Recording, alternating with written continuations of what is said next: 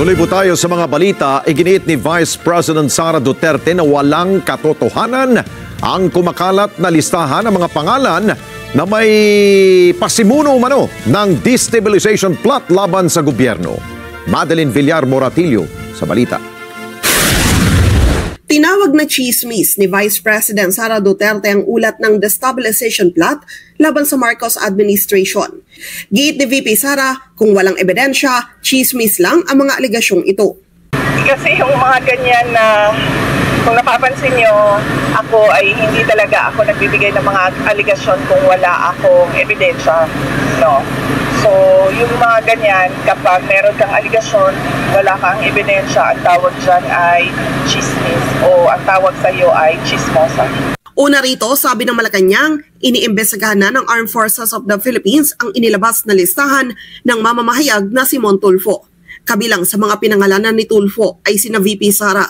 Kapatid nito na si Davao City Congressman Paulo Duterte at dating Ilocos Sur Governor Chavit Singson na financier sumano sa nasabing planong destabilisasyon. Giit naman ng ilan nating kababayan, maraming problema ang bansa na dapat unahin ng gobyerno. Katatapos lang umano na magkakasunod ng kalamidad at hindi pa nga nare-resolba ang issue sa matinding pagbaha. Para sa akin, unahin muna nila yung mga problema natin sa ating bansa bago yung mga problema na yan. Kasi sa daming nangyayari sa ating bansa na tulad ng baha at saka yung bagyo, kailangan unahin muna nila yon. Kasi kailangan ng mga tao yan.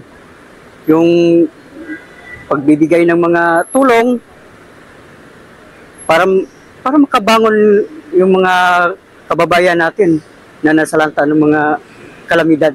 Sana hindi na pag-isipan yan, mga ganyan destabilization na yan kasi magulo na dito sa atin eh. 'Di ba? Sana ayusin na naman. Yung mga naghihirap, 'di ba? Tulungan, yung mga lalo-lalo na mga nagtitinda rito.